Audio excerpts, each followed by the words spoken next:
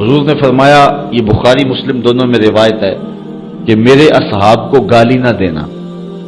اگر تم میں سے کوئی شخص احد پہاڑ کی مقدار سونا خرچ کرے، حالانکہ احد پہاڑ جتنا سونا خرچ کرنا جو ہے وہ کسی کے بس کا روگ نہیں ہے، 15 کلومیٹر پر پھیلاؤ ہے احد پہاڑ کا، تو اتنا سونا کس کے پاس ہوگا؟ پوری دنیا کے پاس اتنا سونا نہیں ہے، لیکن اگر کسی کے پاس ہو اور وہ اس کو خرچ کر دے، کتنی بڑی بات ہے۔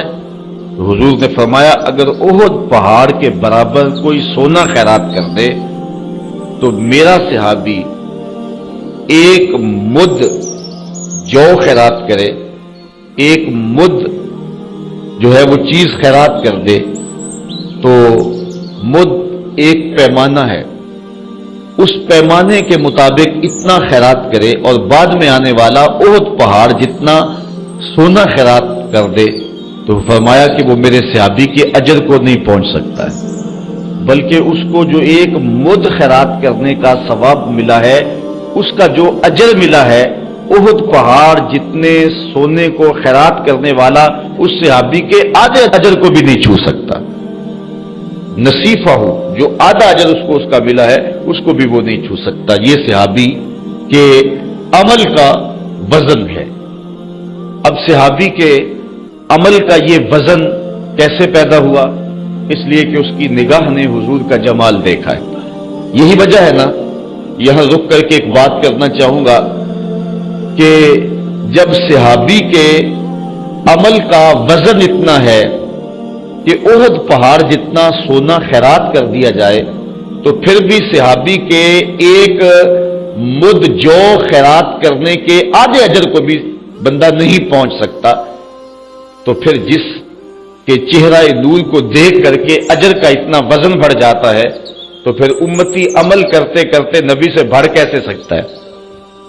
تو یہ عقیدہ باطل ہوا کہ امتی عمل کرتے کرتے نبی کے برابر ہو جاتا ہے، بلکہ بڑھ بھی جاتا ہے۔ وہ ساری زندگی بھی ایک ٹانگ پہ کھڑا رہے، نبی کے پاؤں سے اڑنے والی دھول کی عظمت کو بھی نہیں چھو سکتا ہے۔ حضور کی شان ہی بڑا ہے۔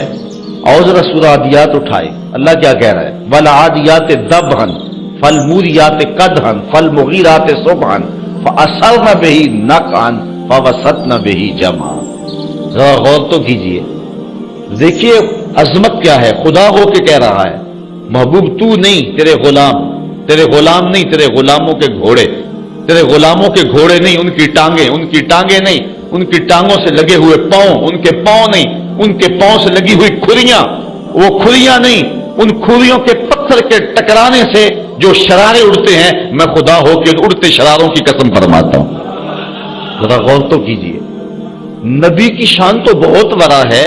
نبی کے غلاموں کے گھوڑوں کی ٹانگوں کے پاؤں کے ساتھ لگی ہوئی کھریوں کے ٹکرانے سے، پتھر سے جو شرارے نکلتے ہیں، اللہ قرآن میں کہتا ہے مجھے ان شراروں کی قسم۔ اور پھر وہ محبوب کے غلاموں کے گھوڑے جب ریتلی زمین میں چلے جاتے ہیں اور ان کی سموں کے ٹکرانے سے جب ریت اڑتی ہے تو وہ اڑتے ہوئے غبار کی رب قسم فرما رہا ہے۔ تو کون ہے جو نبی کی عظمت کو چھو سکے؟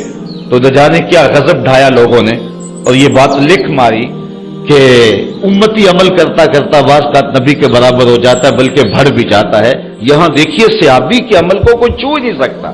کوئی ساری زندگی بھی لگا رہے، دل کھول کے خرچ کرے، احد پہاڑ جتنا سونا کہاں سے لائے گا؟